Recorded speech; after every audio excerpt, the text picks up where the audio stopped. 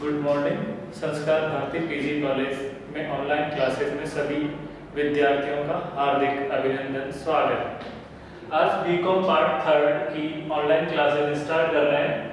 एटीएसटी first book देखिए, आपका नाम रहेगा अंकेक्षण व प्रबंध लेखांकन। अंकेक्षण व प्रबंध लेखांकन, ऑडिटिंग एंड मैनेजमेंट अकाउंटिंग, और बुक राइटर का नाम रहेगा एमआर अग्रवाल। टोटल मार्क्स होगा 100 नंबर का। प्रत्येक 5 यूनिट होगी, 5 यूनिट, प्रत्येक यूनिट से 2 क्वेश्चन आएंगे। एक क्वेश्चन आपको एग्जाम में करना है। और आज हम टॉपिक स्टार्ट करते हैं उत्तोलन।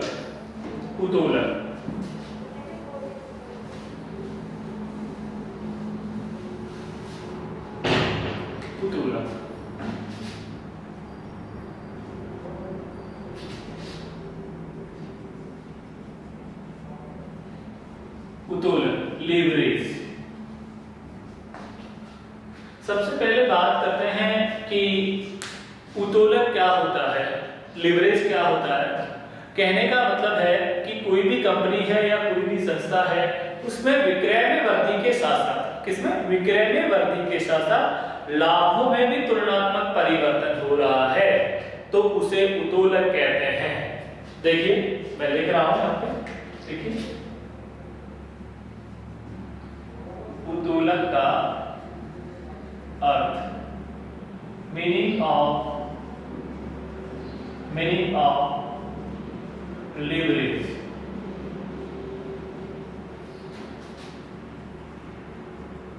विक्रय में वृद्धि के साथ साथ लाभों में भी तुलनात्मक परिवर्तन हो, उसे उत्तोलन कहते हैं। देखिए मैंने बताया कि विक्रय में वृद्धि के साथ साथ लाभों में भी तुलनात्मक परिवर्तन हो, उसे उत्तोलन कहते हैं। जैसे जैसे आपकी विक्रय बढ़ रही है, वैसे वैसे ही आपके क्या हो रहे हैं, लाभ भी बढ़ रहे हैं, तो वो आपका क्या कहलाएगा, उत्तोलन। हो सकता है जैसे विक्रय में वृद्धि भी हो, कमी भी हो, चाहे विक्रय में वृद्धि हो चाहे कमी हो, चाहे लाभों में आनुपातिक वृद्धि हो या कमी हो, वो उत्तोलन कहलाएगा। फॉर एग्जांपल देखिए,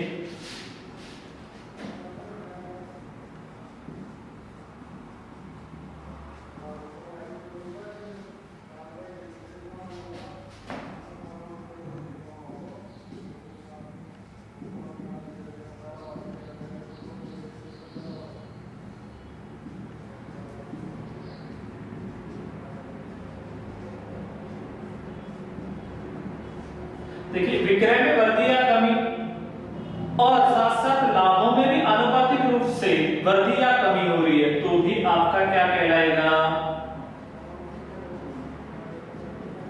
उत्तोलन कहलाएगा, लीवरेज कहलाएगा। देखिए लाभों, देखिए और विक्रय में वृद्धि या कमी या लाभों में आनुपातिक रूप से वृद्धि या कमी। लाभों में आनुपातिक रूप से वृद्धि या कमी का कारण हो सकता है कि आपकी स्थायी परिचालन लागतों के कारण।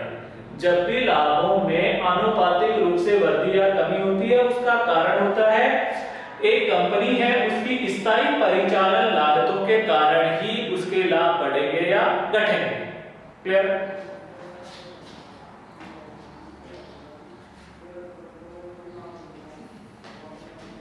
एक बार और देख लीजिए, उत्तोलन का अर्थ, विक्रय में वृद्धि के साथ साथ लाभों में भी तुलनात्मक परिवर्तन हो, उसे उत्तोलन कहते हैं।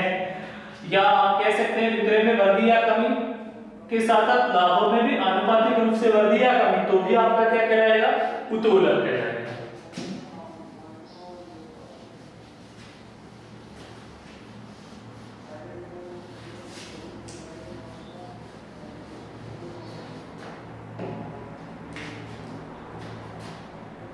अब बात करते हैं उत्तोलक के प्रकार।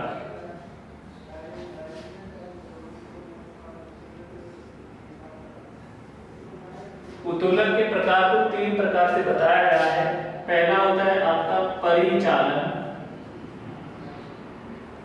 उत्तोलन, ऑपरेटिंग लीवरेज।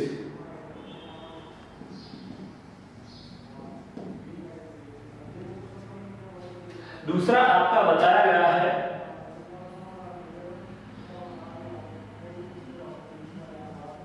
वित्तीय उत्तोलन, फाइनेंशियल लीवरेज। तीसरा आपका होता है शुद्ध उत्तोलन, कंबाइंड लीवरेज। देखिए उत्तोलन को कितने भागों में बांटा गया है? 3 भागों में बांटा गया है। उत्तोलन के 3 प्रकार है, परिचालन उत्तोलन, ऑपरेटिंग लीवरेज, वित्तीय उत्तोलन, फाइनेंशियल लीवरेज, संयुक्त उत्तोलन, कंबाइंड लीवरेज। कितने भागों में बांटा गया उत्तोलन को? 3 भागों में। पहला क्या है? परिचालन उत्तोलन, दूसरा कौन सा है? वित्तीय उत्तोलन, और तीसरा कौन सा है? संयुक्त उत्तोलन, कंबाइंड लीवरेज।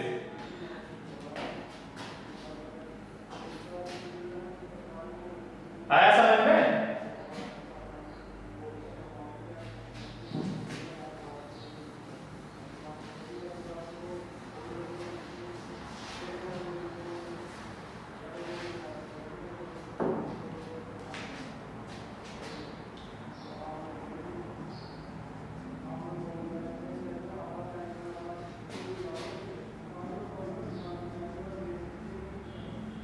परिचालन उत्तोलन, परिचालन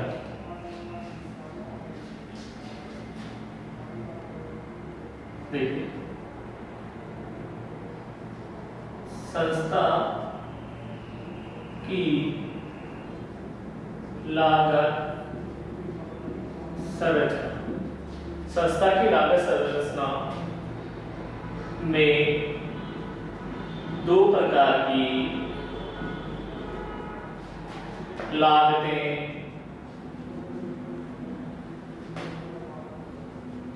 होती है। 2 प्रकार की कौन कौन सी? देखिए स्थायी लागत, दूसरी आपकी परिवर्तनशील लागत। परिवर्तनशील लागत फिक्स कॉस्ट और वेरिएबल कॉस्ट।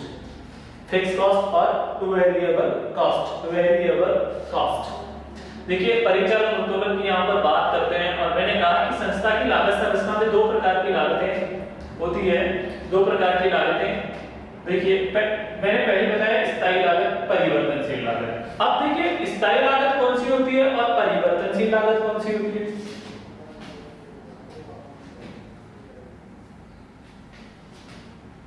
उत्पादन या विक्रय की मात्रा में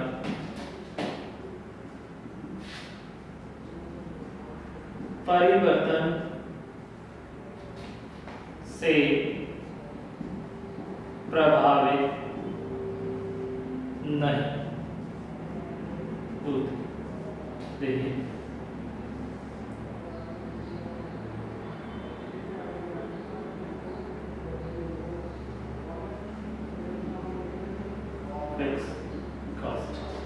देखिए मैंने ये बताया स्थायी लागत क्या होगी? ऐसी लागतें जो उत्पादन और विक्रय की मात्रा में परिवर्तन से प्रभावित नहीं होती, तो वो क्या कहलाती है? आपकी स्थायी लागत कहलाती है।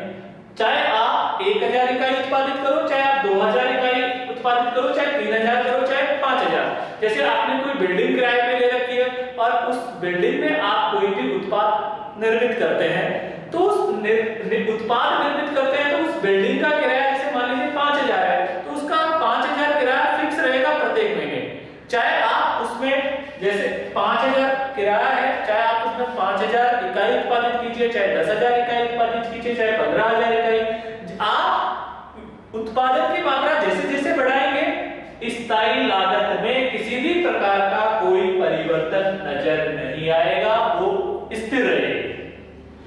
दूसरी बात करते हैं परिवर्तनशील लागत। परिवर्तनशील लागत ऐसी लागतें होती हैं जो उत्पादन या विक्रय की मात्रा में परिवर्तन से प्रभावित होती है। विक्रय की मात्रा से प्रभावित होती है। परिवर्तनशील लागतें ऐसी लागतें होती है जो उत्पादन या विक्रय की मात्रा में परिवर्तन से प्रभावित होती है। जैसे मान लीजिए वेरिएबल कॉस्ट पर यूनिट 2 रुपए है। मैंने एग्जांपल लिया वेरिएबल कॉस्ट पर यूनिट कितनी है 2 रुपए। अब आप 1000 इकाई यूनिट्स बना रहे हैं तो उसकी लागत होगी 1000 × 2 बराबर कितनी होगी 2000। आप 2000 इकाई बना रहे हैं 2000 × 2 रुपए पर यूनिट के हिसाब से कितनी होगी 4000। आप 4000 इकाई बना रहे हैं तो 4000 × 2 बराबर कितनी होगी 8000। तो कहने का मतलब यह है कि जिस प्रकार से आप उत्पादन में परिवर्तन करेंगे कि उत्पादन की इकाई पहले आप 1000 बना रहे हैं 2000 बना रहे हैं फिर 4000, तो जिस प्रकार से आप उत्पादन की इकाई बढ़ाओगे उसी प्रकार से परिवर्तनशील लागतें भी क्या होती है बढ़ती रहती है, परिवर्तनशील होती है। इसलिए इनको क्या कहते हैं परिवर्तनशील लागत कहते हैं। देखिए 1000 यूनिट बना रहे हैं तो आपका कितना खर्चा आ रहा है 2000। अगर आप 2000 इकाइयां मैन्युफैक्चरिंग कर रहे हो उत्पादित कर रहे हैं तो फिर आपका खर्चा कितना आ रहा है 4000। अब आप 4000 इकाई मैन्युफैक्चरिंग करेंगे तो उसका खर्चा कितना आ रहा है 8000। लेकिन फिक्स कॉस्ट में अगर आप 1000 इकाई बनाओ तो भी 5000 रुपए रेंट लगेगा, चाहे आप 2000 इकाई बनाओ तो भी आपका रेंट कितना होगा बिल्डिंग का 5000। आप चाहे उसमें कितनी इकाई बनाओ 4000 इकाइयां बनाओ तो भी आपकी बिल्डिंग का रेंट कितना होगा 5000। तो इस प्रकार से दो प्रकार की लागतें संस्था के दो प्रकार की लागत संरचना पाई जाती है, स्थायी लागत और परिवर्तनशील लागत। स्थायी लागतें वो होती है जो उत्पादन और विक्रय की मात्रा में परिवर्तन से प्रभावित होती है, लेकिन परिवर्तनशील लागत उत्पादन और विक्रय की मात्रा से ये तो प्रभावित नहीं होती, लेकिन ये क्या होती है प्रभावित होती है। क्लियर है, समझ में आ गया? चले आगे।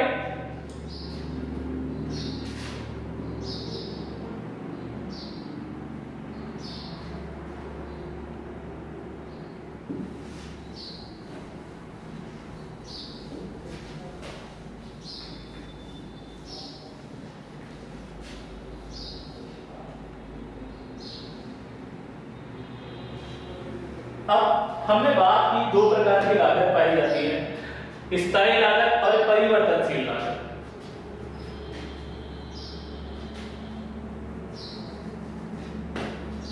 देखिए अब परिचालन उत्तोलन की बात करते हैं।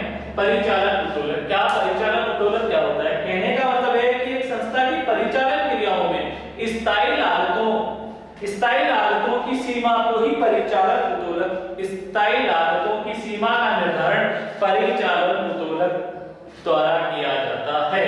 संस्था की परिचालन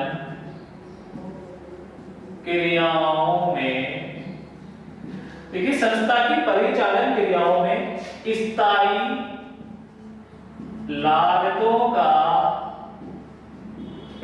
लागतों की सीमा का निर्धारण ही परिचालन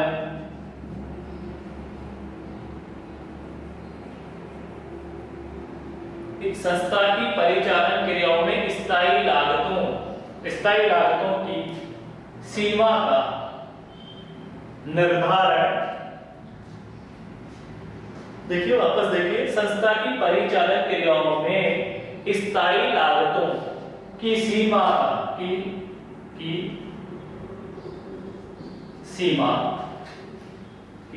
निर्धारण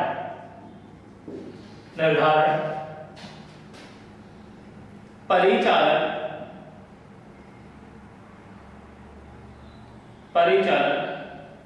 उत्तोलन का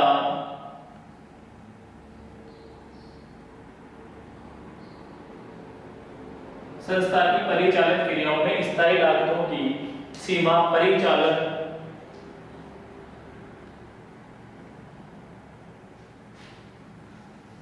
संस्था की परिचालन क्रियाओं में स्थायी लागतों की सीमा परिचालन उत्तोलन का निर्धारण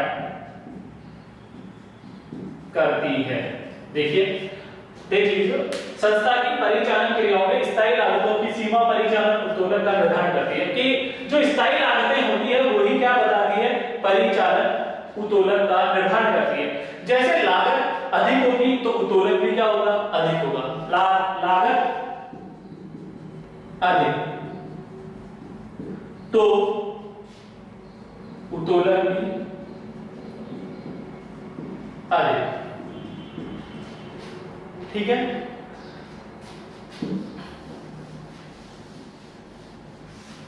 अब बात आती है परिचालन उत्तोलन की गणना। परिचालन उत्तोलन की गणना, कैलकुलेशन ऑफ ऑपरेटिंग लेवरेज। देखिए परिचालन उत्तोलन की गणना किस प्रकार की जाती है, ऑपरेटिंग लेवरेज बराबर C अपॉन EBIT। OL का मतलब होता है ऑपरेटिंग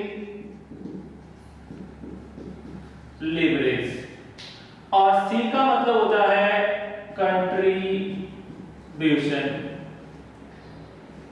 EBIT का मतलब होता है अर्निंग बिफोर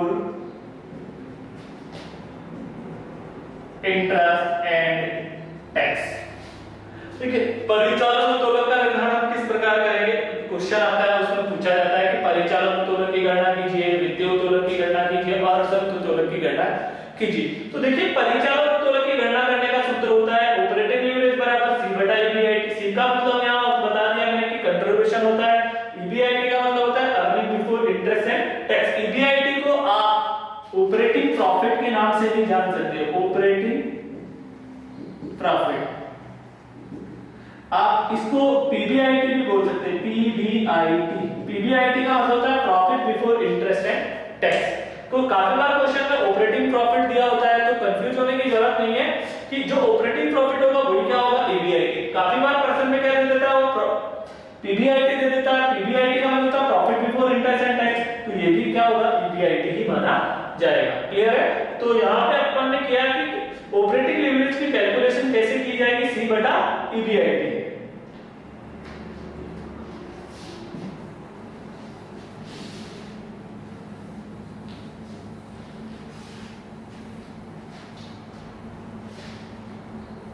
अब हम बात करते हैं इनकम स्टेटमेंट।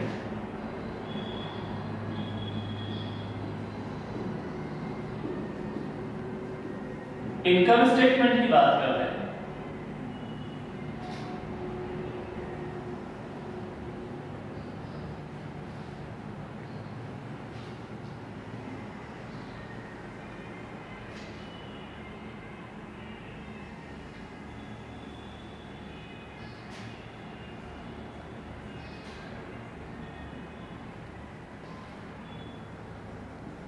पर्टिकुलर्स देखिए, और यहाँ पे अपन लिख देंगे विवरण लिख देंगे और यहाँ पे अमाउंट है।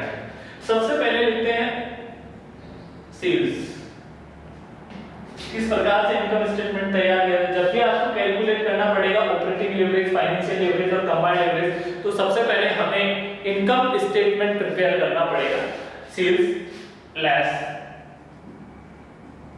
वेरिएबल कॉस्ट, परिवर्तनशील लागत को घटा देंगे। मैंने बता दिया कि परिवर्तनशील लागत क्या होती है। फिर यहां आएगा कंट्रीब्यूशन। कंट्रीब्यूशन में से हम लेस करेंगे फिक्स कॉस्ट। फिक्स कॉस्ट तो अपना आएगा EBIT EBIT का मतलब होगा earning before interest and tax. EBIT का मैंने फुल फॉर्म बता दिया, earning before interest and tax less interest. फिर हम क्या करेंगे, इंटरेस्ट घटा देंगे, तो हमारा क्या आएगा EBT, और EBT का मतलब होगा earning before tax, earning before tax. इसमें से हम क्या करेंगे, लेस करेंगे टैक्स, और जैसे ही टैक्स लेस करेंगे तो अपना आएगा EAT। EAT बोले तो अर्निंग आफ्टर टैक्स,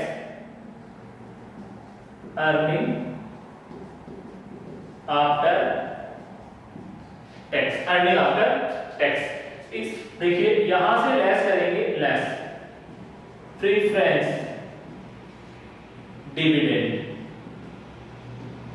इसको लेस करेंगे तो यहां आएगा अर्निंग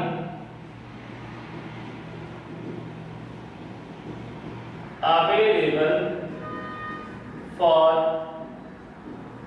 इक्विटी शेयर होल्डर। जैसे ही हम प्रेफरेंस शेयर डिविडेंड को घटाएंगे तो हमारा earning available for equity share holder आएगा।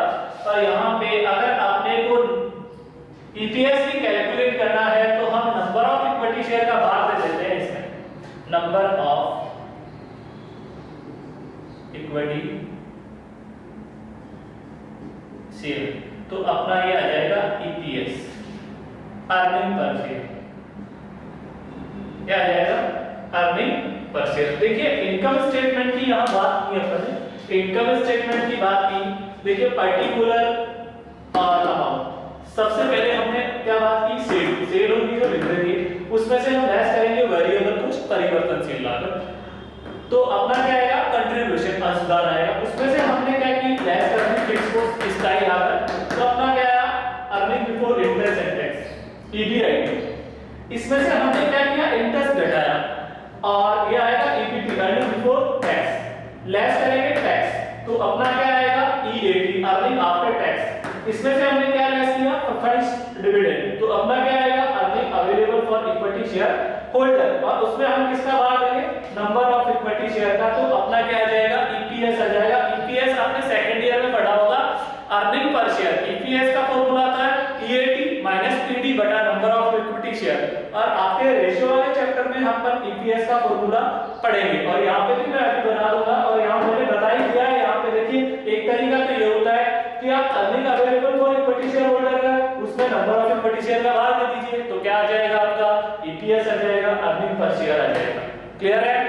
तो सबसे पहले जब भी हम उत्तोलन वाले चैप्टर में किसी भी प्रकार का कोई क्वेश्चन हल करेंगे तो सबसे पहले हमें क्या करना पड़ता है, इनकम स्टेटमेंट प्रिपेयर करना पड़ता है। कुछ क्वेश्चंस तो ऐसे हैं जिनमें ऑलरेडी पहले से हमें operating leverage, OL, financial leverage और CL ये दिए हुए होते हैं, ऑपरेटिंग लीवरेज, फाइनेंशियल लीवरेज और कंबाइंड लीवरेज। तो इन लीवरेज के बिना पे हमें क्या बनाना पड़ता है, इनकम स्टेटमेंट तैयार करना पड़ता है। क्या तैयार करना पड़ता है, इनकम स्टेटमेंट तैयार करना पड़ता है। तो कुछ क्वेश्चंस ऐसे आएंगे जिसमें पहले तो हमें क्या करना पड़ेगा, इनकम स्टेटमेंट बनाना पड़ेगा, और फिर ये तीनों कैलकुलेट करने पड़ेंगे। लेकिन कुछ क्वेश्चंस ऐसे हैं जिनमें ये पहले से कैलकुलेट दिए हुए होंगे, लेकिन हमें क्या तैयार करना पड़ेगा, इनकम स्टेटमेंट। वो दोनों चीज आपको मैं जब क्वेश्चन कराऊंगा तो उसमें बताऊंगा। देखिए अब यहाँ पे ऑपरेटिंग लीवरेज का फॉर्मूला अभी भी मैंने बताया कि ऑपरेटिंग लीवरेज की कैलकुलेशन किस प्रकार से की जाती है, कि गणना किस प्रकार की जाती है। यहाँ देख लीजिए और देख लीजिए, अपना देखिए सेल्स में से वेरिएबल कॉस्ट घटाए तो क्या है, C कंट्रीब्यूशन, तो अपना फॉर्मूला होगा C बटा EBIT। देखिए ऑपरेटिंग लीवरेज आपने वेरिएबल कॉस्ट घटाई, कंट्रीब्यूशन आया तो कंट्रीब्यूशन यहाँ आ गया, उसमें से फिक्स कॉस्ट घटाई तो आपका क्या आ गया EBIT। तो पहला फॉर्मूला ऑपरेटिंग लीवरेज आपका यहाँ से देखिए कंट्रीब्यूशन अपॉन EBIT। दूसरी बात आती है आपका फाइनेंशियल लीवरेज। देखिए सबसे पहले ऊपर आएगा आपका EBIT, और EBIT की फुल फॉर्म मैंने बता दी, earning before interest and tax. फिर इसके बाद आपका EBT, देखिए यहाँ पर EBIT ले रहा और EBT ले रहा, EBT का मतलब था अर्निंग बिफोर टैक्स। क्लियर है? चले आगे देखिए third combined leverage. Combined leverage FL का मतलब होता है फाइनेंशियल लीवरेज।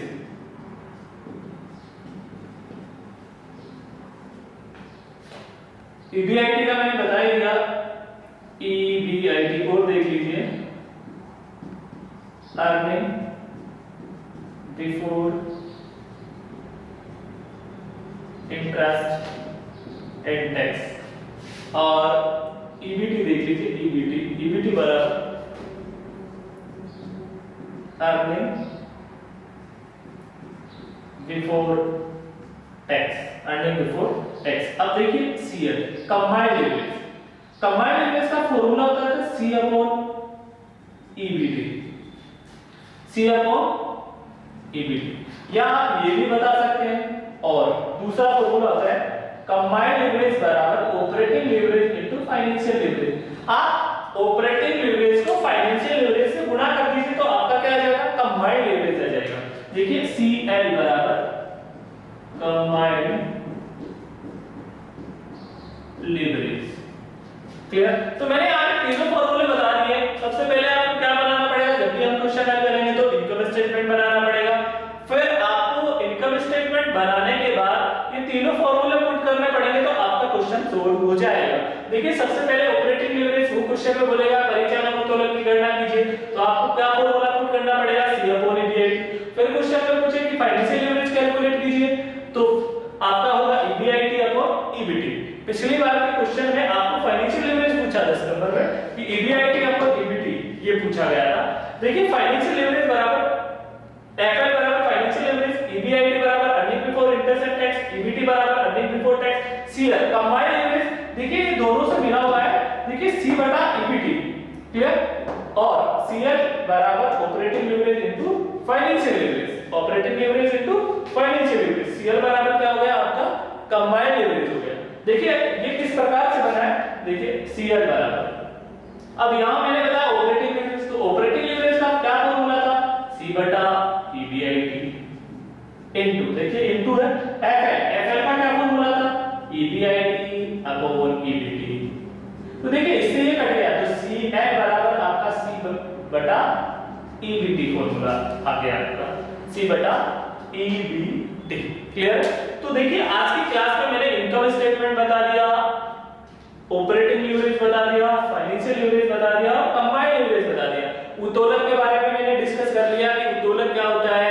कहने का मतलब उत्तोलन विक्रय में वृद्धि के साथ साथ लाभों में भी तुलनात्मक परिवर्तन होता है, उसे क्या कहते हैं भाइयों, उत्तोलन कहते हैं। समझ में आ रहा होगा। देखिए उत्तोलन को कितने भागों में बांटा गया है, 3 भागों में उत्तोलन को बांटा गया है। मैंने यहाँ बोर्ड में बताया परिचालन उत्तोलन, दूसरा मैंने बताया वित्तीय उत्तोलन और तीसरा मैंने बताया संयुक्त उत्तोलन। मैंने आपको तीनों उत्तोलन बता दिए।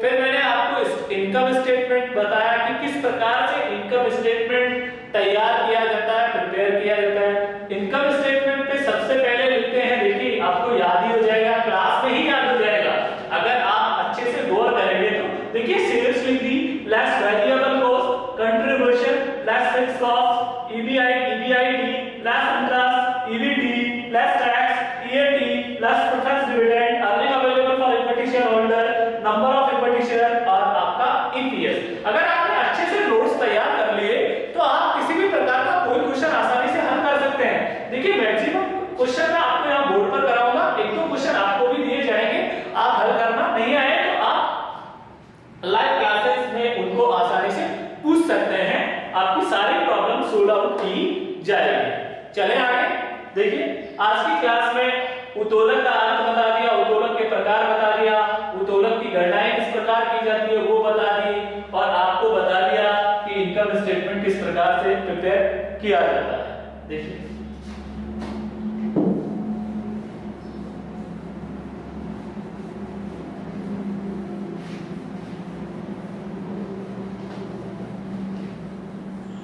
आगे की क्लास में देखते हैं हम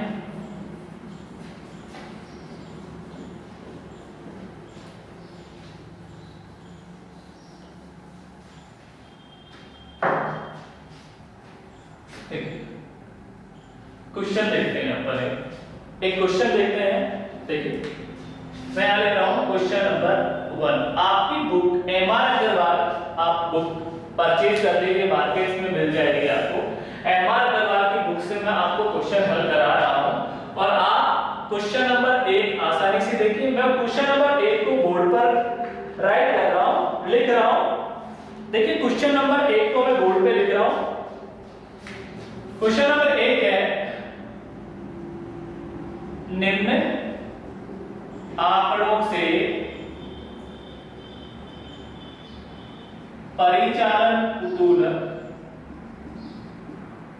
नंबर 1, नंबर 2 वित्तीय उत्तोलन, नंबर 3 संयुक्त उत्तोलन की गणना कीजिए, देखिए क्वेश्चन बता रहा हूं कि निम्न आंकड़ों से परिचालन उत्तोलन, वित्तीय उत्तोलन और संयुक्त उत्तोलन की गणना कीजिए। देखिए आपको सेल्स दे रखी है 1 लाख में, सेल्स है 1 लाख में, एट द रेट 2 रुपए पर यूनिट, 2 रुपए per unit. Variable cost per unit है, वेरिएबल कॉस्ट पर यूनिट 0.7 और आपको फिक्स कॉस्ट दे रखी है, फिक्स कॉस्ट बराबर है 1 लाख, ठीक है। इंटरेस्ट चार्जेस हैं, इंटरेस्ट दे रखा है 3668 रुपए। देखिए मैंने आपका एमआर अग्रवाल बुक, उसमें क्वेश्चन नंबर फर्स्ट मैंने यहाँ बोर्ड पे फ्रेम किया है। क्वेश्चन नंबर फर्स्ट आपकी बुक का क्वेश्चन नंबर फर्स्ट क्या कह रहा है? क्वेश्चन नंबर फर्स्ट ये कह रहा है कि निम्न आंकड़ों से परिचालन उत्तोलन, वित्तीय उत्तोलन और संयुक्त उत्तोलन की गणना कीजिए। पहला क्वेश्चन है ये बुक का। इस क्वेश्चन को किस प्रकार से आपको हल करना है? इसमें सेल्स बता दी 1 लाख यूनिट्स है और एट द रेट 2 रुपए पर यूनिट से, वेरिएबल कॉस्ट पर यूनिट 0.70 है, फिक्स कॉस्ट है 1 लाख है, इंटरेस्ट है 3668 रुपए इंटरेस्ट दे रखा है। तो मैंने आपको अभी बताया कि सबसे पहले आपको क्या करना पड़ेगा, इनकम स्टेटमेंट तैयार करना पड़ेगा। देखिए इनकम स्टेटमेंट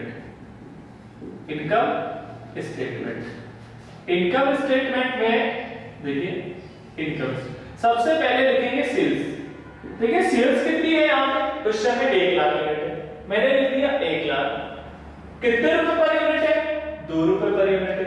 तो आपकी सेल्स कितनी आ गई है? 2 लाख। सेल्स कितनी आ गई? 2 लाख। आपको कैलकुलेशन के लिए कैलकुलेटर, आप एग्जाम में आपको पता है कि कैलकुलेटर अलाउ है, तो कैलकुलेटर से आप सभी प्रकार की गणनाएं आसानी से कर सकते हैं। देखिए सेल्स में से मैंने क्या लेस किया, वेरिएबल कॉस्ट, और ये 0.70 रुपए पर यूनिट है। तो 1 लाख यूनिट्स बना रहे हो 0.70, तो ये कितनी आ गई? 70,000, ठीक है 70,000। तो आपका यहाँ पे मैंने बताया था कि कंट्रीब्यूशन आएगा, क्या आएगा? कंट्रीब्यूशन, और कंट्रीब्यूशन कितना आएगा आपका? 1,30,000। इसमें से लेस कर दीजिए फिक्स कॉस्ट, और फिक्स कॉस्ट क्वेश्चन में दे रखी है 1 लाख। कितनी दे रखी है? 1 लाख, ठीक है। तो आपका EBIT आपका कितना आ जाएगा? 30,000। इसमें से लेस कर दीजिए इंटरेस्ट, और इंटरेस्ट भी क्वेश्चन में दिया है 3,668 रुपए, ठीक है। तो यह आपका आ जाएगा EBT आ जाएगा आपका। देखिए तो 30,000 में से घटा दीजिए 30,000 माइनस, आप कैलकुलेटर यूज कर सकते हैं, माइनस 3,668, तो आपका आ जाएगा 26,332। 26,332 आपका क्या आ गया? EBT आ गया। देखिए क्वेश्चन में इनकम स्टेटमेंट, ये आपका क्वेश्चन था, तीनों उत्तोलन की कैलकुलेशन करनी है। सबसे पहले आपने क्या तैयार किया? Income statement. देखिए सेल्स दे रखी थी 1 लाख इकाई, 2 रुपए पर यूनिट से कितनी होगी? 2 लाख, प्लस वेरिएबल कॉस्ट, आप 1 लाख इकाई बना रहे हो तो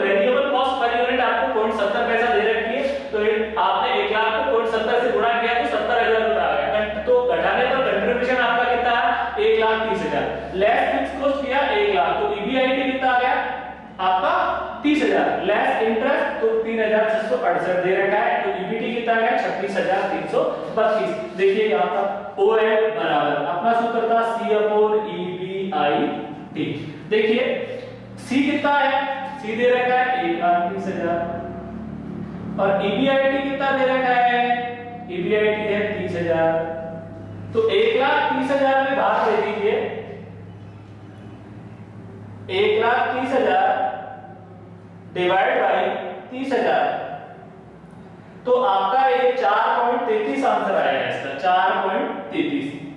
कैलकुलेटर से आप आसानी से कैलकुलेशन कर सकते हैं। उसके बाद देखिए फाइनेंशियल लीवरेज, और फाइनेंशियल लीवरेज का अपना मैंने फॉर्मूला बताया था ईबीआईटी अपॉन ईबीटी।